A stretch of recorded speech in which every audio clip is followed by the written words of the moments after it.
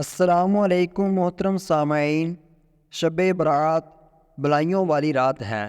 اس رات میں اللہ پاک بلائی کے دروازے کھول دیتا ہے۔ اس رات میں دعائیں قبول ہوتی ہیں، مرنے والوں کے نام، لوگوں کا رزق اور اس سال حج کرنے والوں کے نام لکھے جاتے ہیں۔ اس رات میں اعمال نامے تبدیل ہوتے ہیں،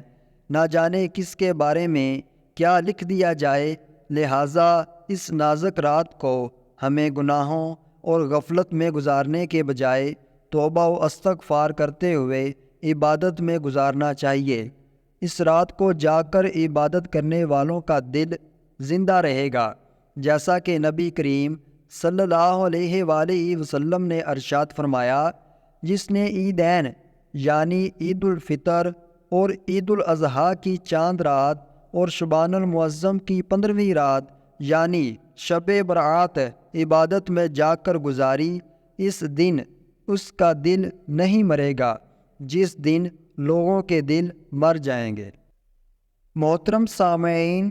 اس سلسلے میں یعنی شب برات کے سلسلے میں حضرت سیدنا علی المرتضیٰ رضی اللہ تعالیٰ عنہ سے روایت ہے، اللہ پاک کے آخری نبی محمد صلی اللہ علیہ وآلہ وسلم نے ارشاد فرمایا، جب شعبان المعظم کی 15ویں رات یعنی شب برات آئے تو اس میں قیام یعنی عبادت کرو، دن میں روزہ رکھو، بے شک اللہ پاک اس رات سورج غروب ہوتے ہی آسمان دنیا کی طرف نزول رحمت فرماتا ہے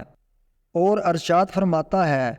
کہ ہے کوئی بخشش مانگنے والا کہ میں اسے بخش دوں، ہے کوئی روزی مانگنے والا کہ میں اسے روزی دوں، ہے کوئی مصیبت میں مبتلا کہ میں اسے عافیت دوں، یہاں تک کہ فجر کا وقت شروع ہو جاتا ہے۔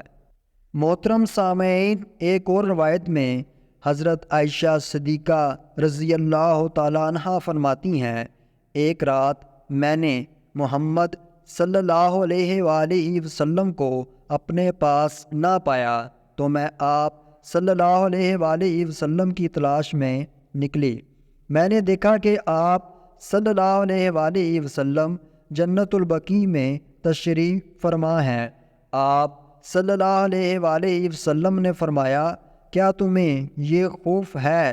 اللہ تعالیٰ اور اس کے رسول صلی اللہ علیہ وآلہ وسلم تمہارے ساتھ زیادتی کریں گے؟ میں نے عرض کی، یا رسول اللہ صلی اللہ علیہ وآلہ وسلم، مجھے یہ خیال ہوا کہ شاید آپ صلی اللہ علیہ وآلہ وسلم کسی دوسری اہلیہ کے پاس تشریف لے گئے ہیں۔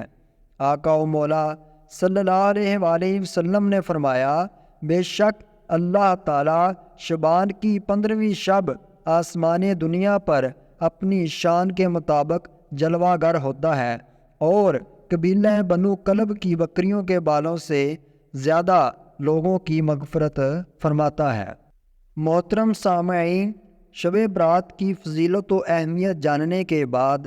اس رات میں عبادت کرنے کا ذہن بنتا ہے۔ عبادت اکیلے بھی کی جا سکتی ہے اور سب کے ساتھ مل کر، اجتماعی طور پر بھی، مگر بسا اوقات اکیلے عبادت کرنے میں سستی ہو جاتی ہے، جبکہ سب کے ساتھ مل کر عبادت کرنے میں انسان کا دل لگا رہتا ہے اور وہ عبادت کرنے میں کامیاب ہو جاتا ہے۔ الحمدللہ، سال ہر سال سے شب برات کے موقع پر دعوت اسلامی کے تحت پاکستان کے مختلف شہروں اور علاقوں میں اجتماعات کا انعقاد کیا جاتا ہے، جن میں کثیر عاشقان رسول شریک ہو کر رات کا اکثر حصہ عبادت میں گزارتے ہیں اور اس رات کی برکتوں سے مالا مال ہوتے ہیں۔ آپ سے بھی عرض ہے کہ دعوت اسلامی کے تحت اپنے شہر میں ہونے والے شب برات کے اجتماع میں ضرور شرکت فرمائیں۔ اور آخر میں سامعین، اللہ تعالیٰ ہمیں اس رات مزید برکتیں لوٹنے کی توفیق عطا فرمائے اور ہمیں آخرت کی تیاری کرنے کی توفیق عطا فرمائے اور ہمیں تمام اور ہر قسم کے گناہوں سے بچنے کی توفیق عطا فرمائے۔ آمین بجاہ النبی الامین صلی اللہ علیہ وآلہ وسلم۔